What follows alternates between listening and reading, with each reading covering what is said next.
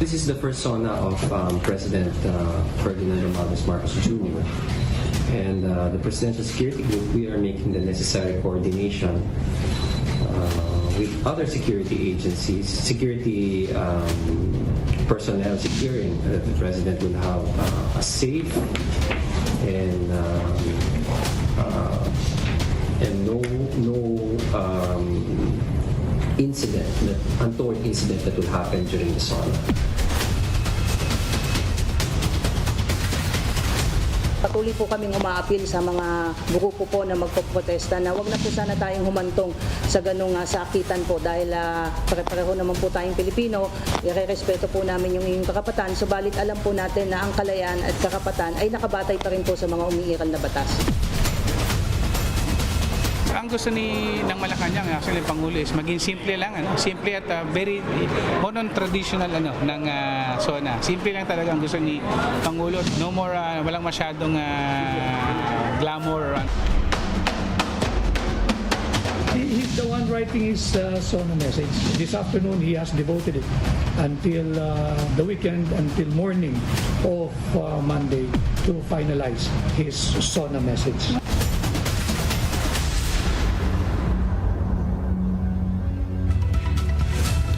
From the nation's capital, all sides, all the time. I'm Ed Lingao. And I'm Gretchen Ho. The big story tonight. News on SONA preparations were eclipsed today by rumors that Executive Secretary and longtime Marcos spokesman Vic Rodriguez has stepped down from his post. Rodriguez spoke to the media earlier today to debunk the rumor and give updates on Marcos's own preparations for the SONA. Maricel Halili with the big story. Para kayo nakakita ng multo, but I'm just here. I hardly go out of my office. This was the response of Executive Secretary Vic Rodriguez following reports that he already filed his resignation barely a month in office.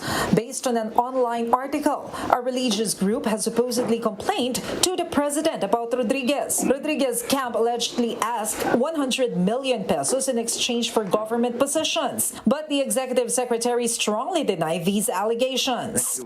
If it's a fake news or bordering on chismis or marites, I don't think it is proper for anyone, whether a government functionary or an ordinary person, to be asked and made to explain.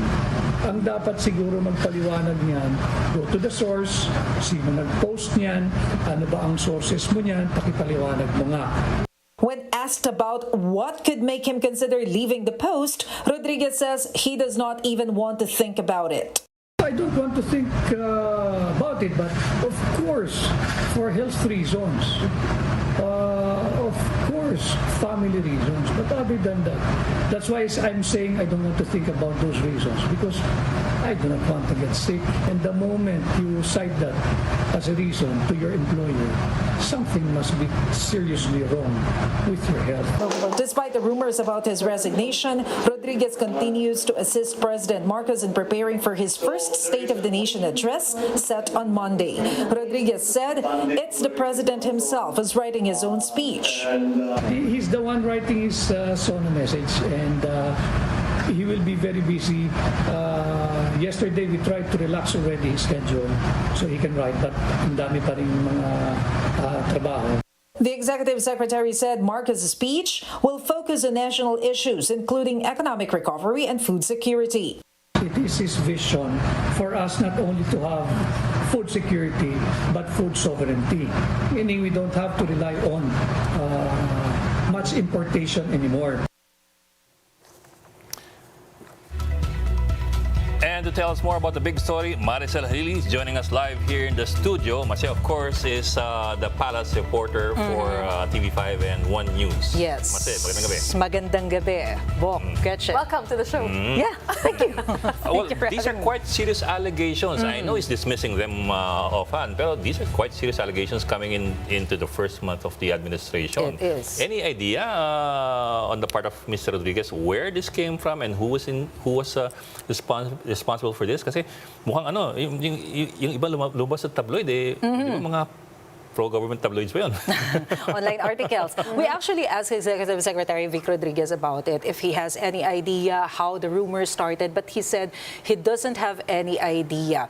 And when we ask about the issue about the alleged resignation and about the alleged extortion of 100 million pesos, he simply said that it will be better if we just look for the source of the story and ask the source, how did it happen? How the story started? Because, well, if we ask Secretary Rodriguez, he said that he doesn't have any idea.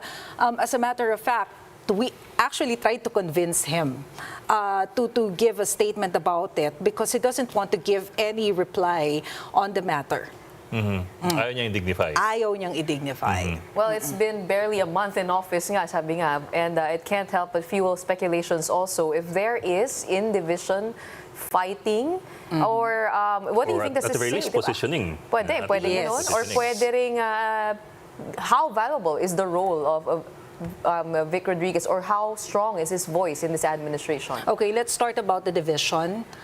There are rumors that some of the pro-Marcos personalities are divided. Some are actually lobbying for positions. There are rumors about it, but there are no confirmation. Of course, they don't want to give statement about it.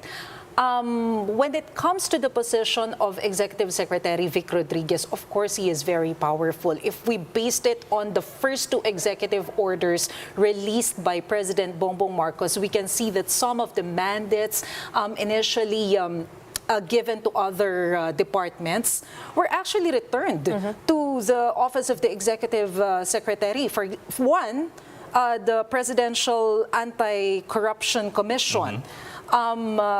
If you recall, President Duterte decided to remove this mandate of anti-corruption drive from the Office of the Executive Secretary. But based on the first executive order of President Marcos, he actually returned the mandate of the Anti-Corruption Commission to the Office of the Deputy Executive Secretary. So we can see that OES now is more powerful than before. Maybe there's value in talking about the position of Executive Secretary through the years. Kasi I remember before, we used to call the Executive Secretary the Little President. Yes. Of course, during that time, ang Executive Secretary si Big Mac, si Macareg, who was teka, small, who was pwede ko nga- medyo Oh, maliit. long time ago. So Little Okay. President siya literal. Yes, Pwede literal. ko i-clarify, pareho ba yung posisyon ni Senator Bongo noon? Executive No. Secretary, Ano? ba yun? No, SAP kasi siya. si Senator Bongo was the special assistant to the president. SAP na posisyon ngayon ni Lagdameo. Okay. Yeah, so Executive Secretary used to be Salvador Medialdea. So siya yung pinalitan ni Vic Rodriguez as ES. But nga, going back over the years, kasi mukhang nagbago-bago yung responsibilities ng ES eh. I do remember na at one point, nag-appoint na ng cabinet secretary or secretary to the cabinet. Yes. And in some ways, that was a diminution or a reduction ng powers ng executive secretary noon. Pero tinanggal ulit yun. Tinanggal ulit based on the initial the first executive order of President Bongbong Marcos, yung mandate of the Office of the Cabinet Secretary is already transferred to the Presidential Management Staff. So na-abolish yung Office of the Cabinet Secretary and the PACC. Okay. A little bit. Tibo, Go ahead.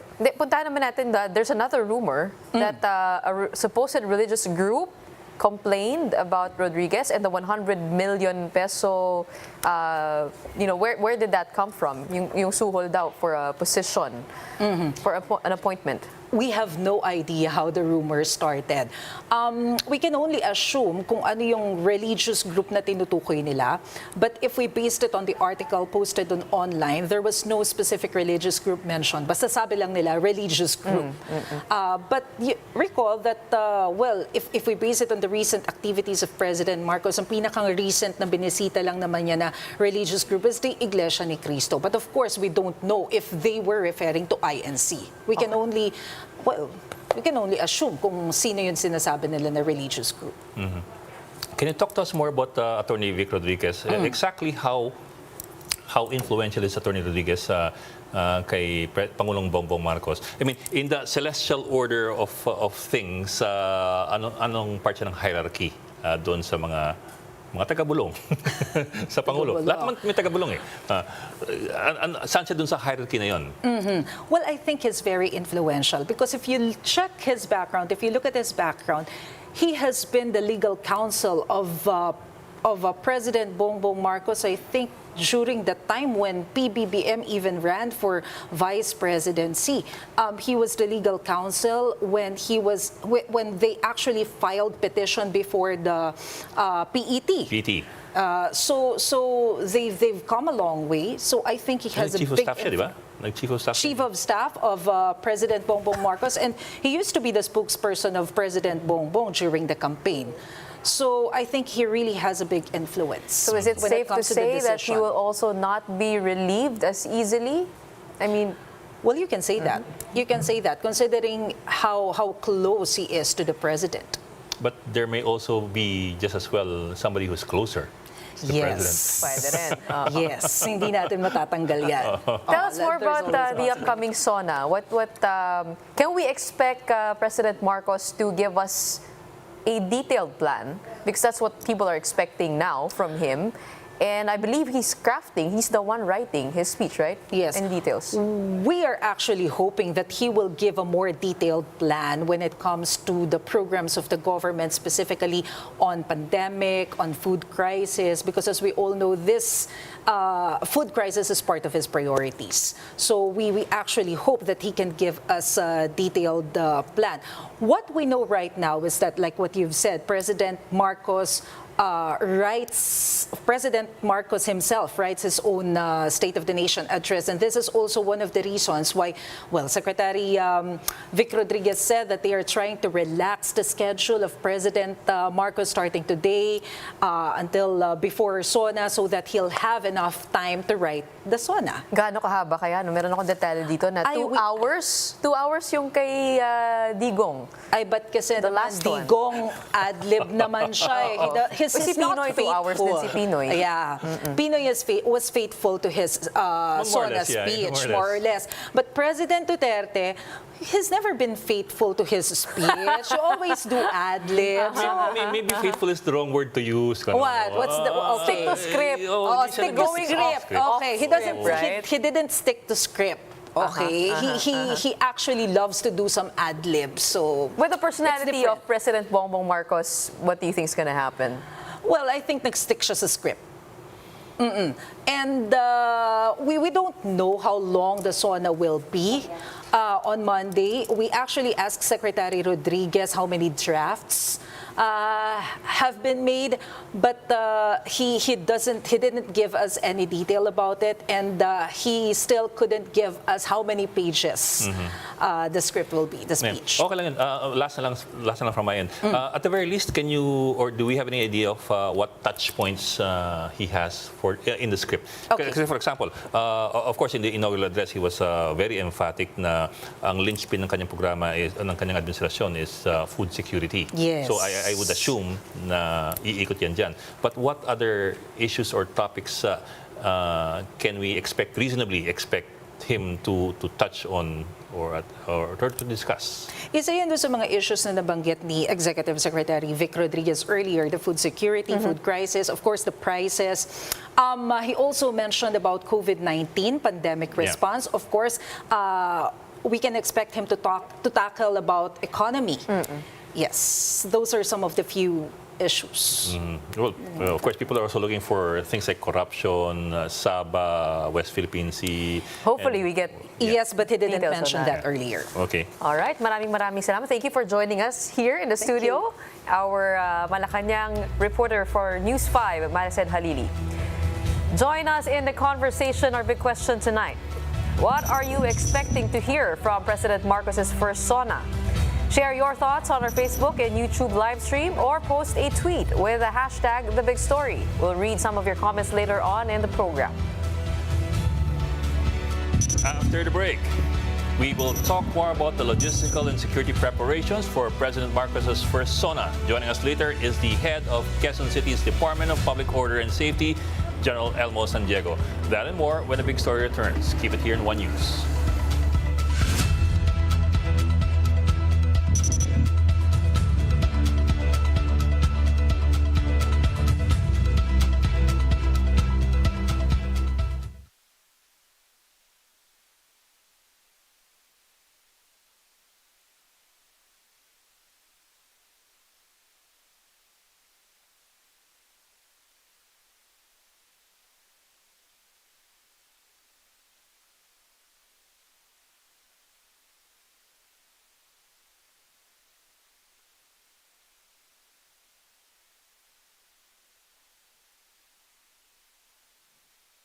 turn.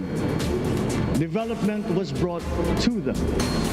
Investors are now setting up industries along the promising routes built. And yet, the potential of this country is not exhausted. Following these giant steps, we will continue to build. I will complete on schedule the projects that have been started. I'm not interested in taking credit. I want to build on success that's already happening. We will be presenting the public with a comprehensive infrastructure plan. 6 years could be just about enough time. No part of our country will be neglected. Progress will be made wherever there are Filipinos, so no investment is wasted.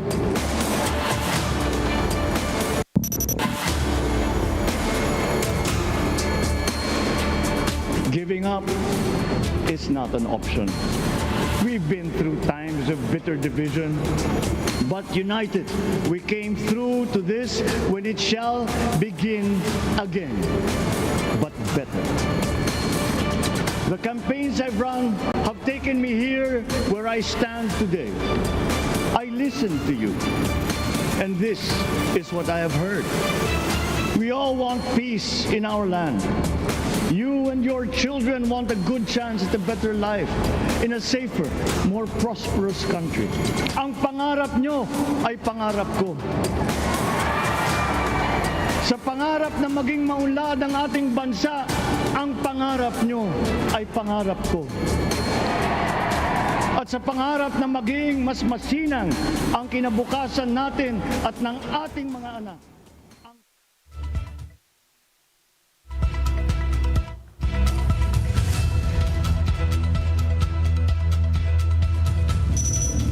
You're watching The Big Story here on One News.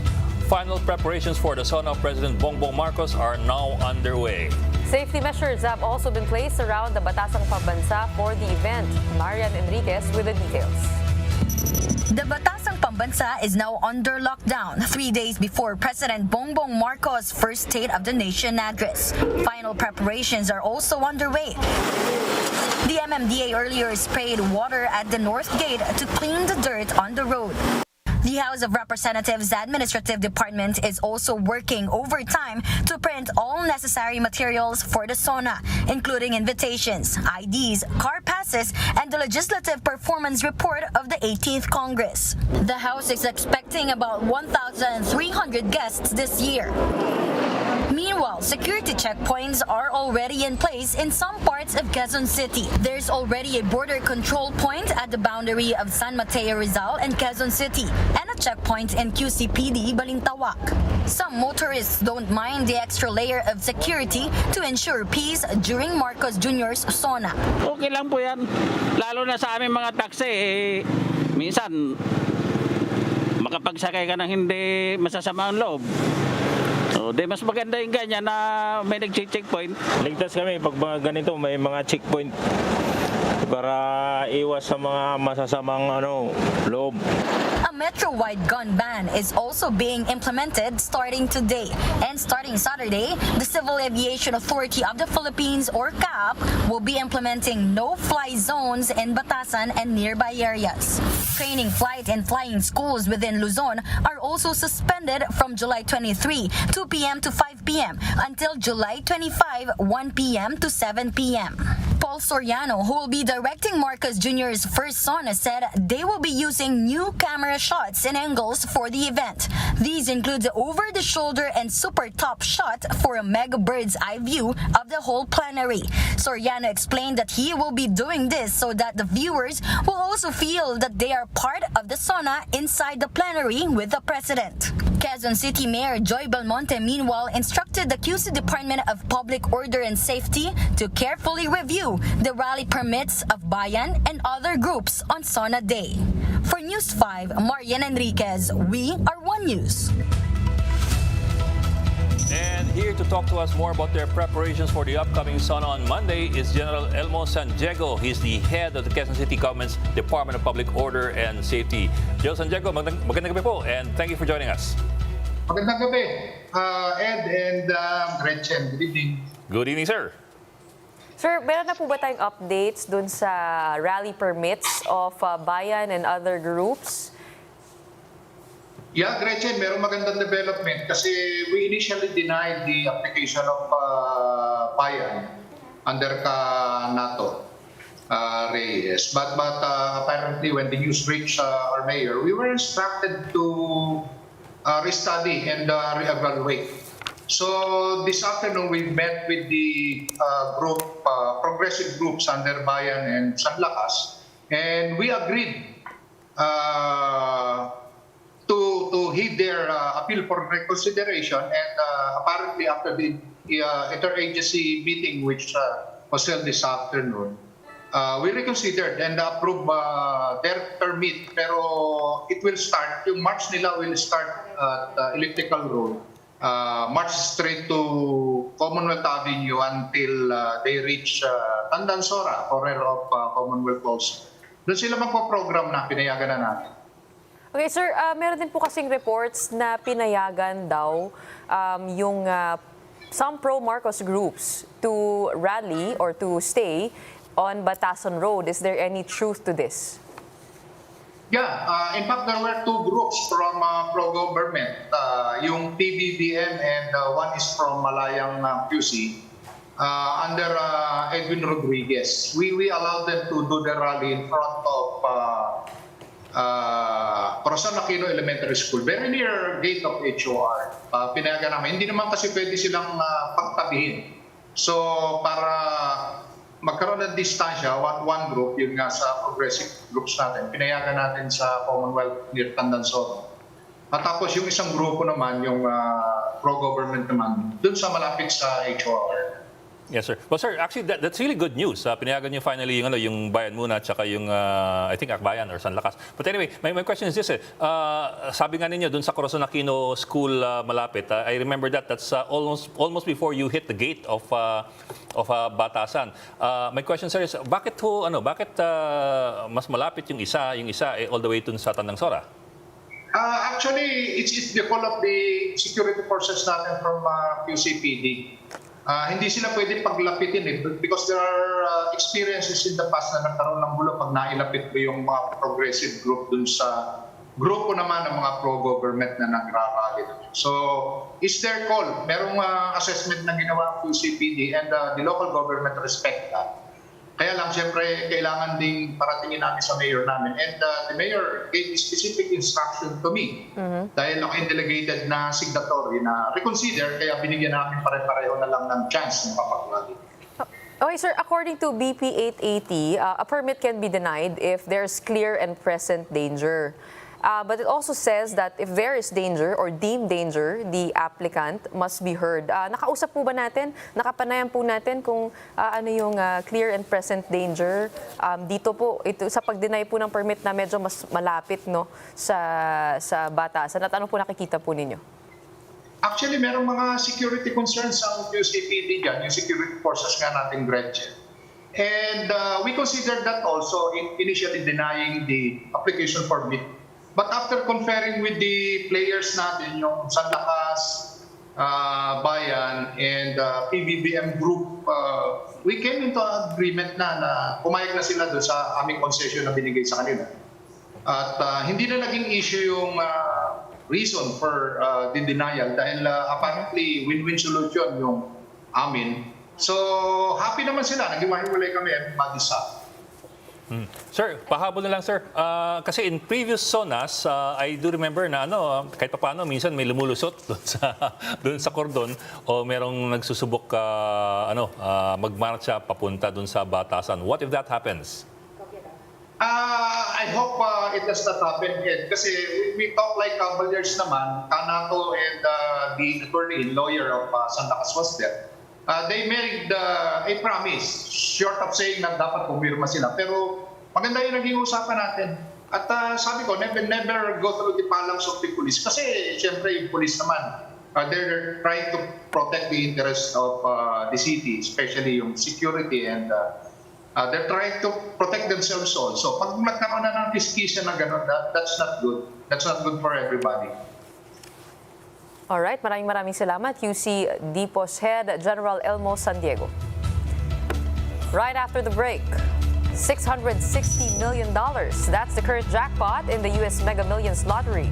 The good news, even Filipinos or you have the chance to win it. Find out how when the big story returns.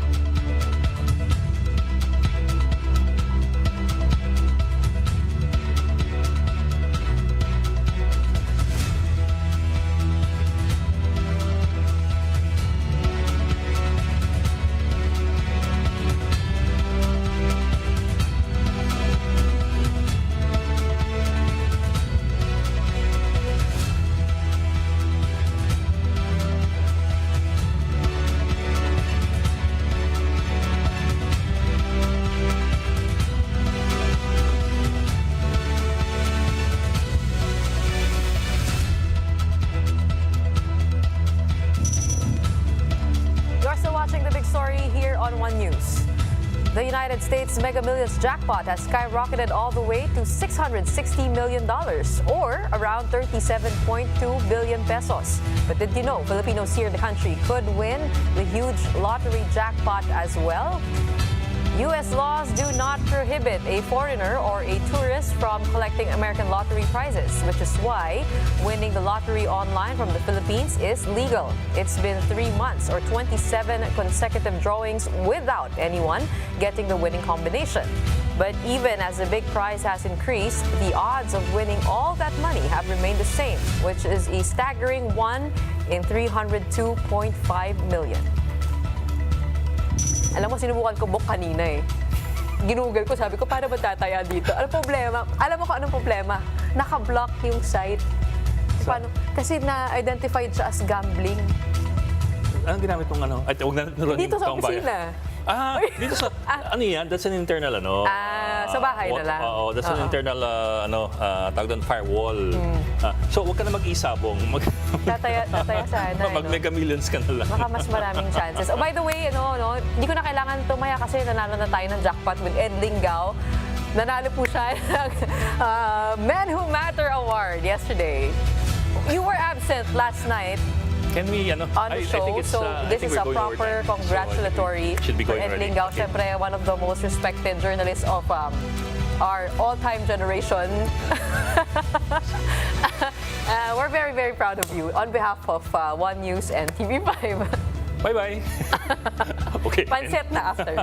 And that's a big story tonight.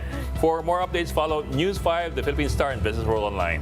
You may also log on to onenews.ph for more in-depth analysis. I'm Ed Lingao.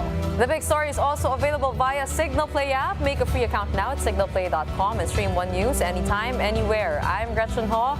Mask on, wash hands, and stay safe, Philippines. We are One News, all sides, all the time.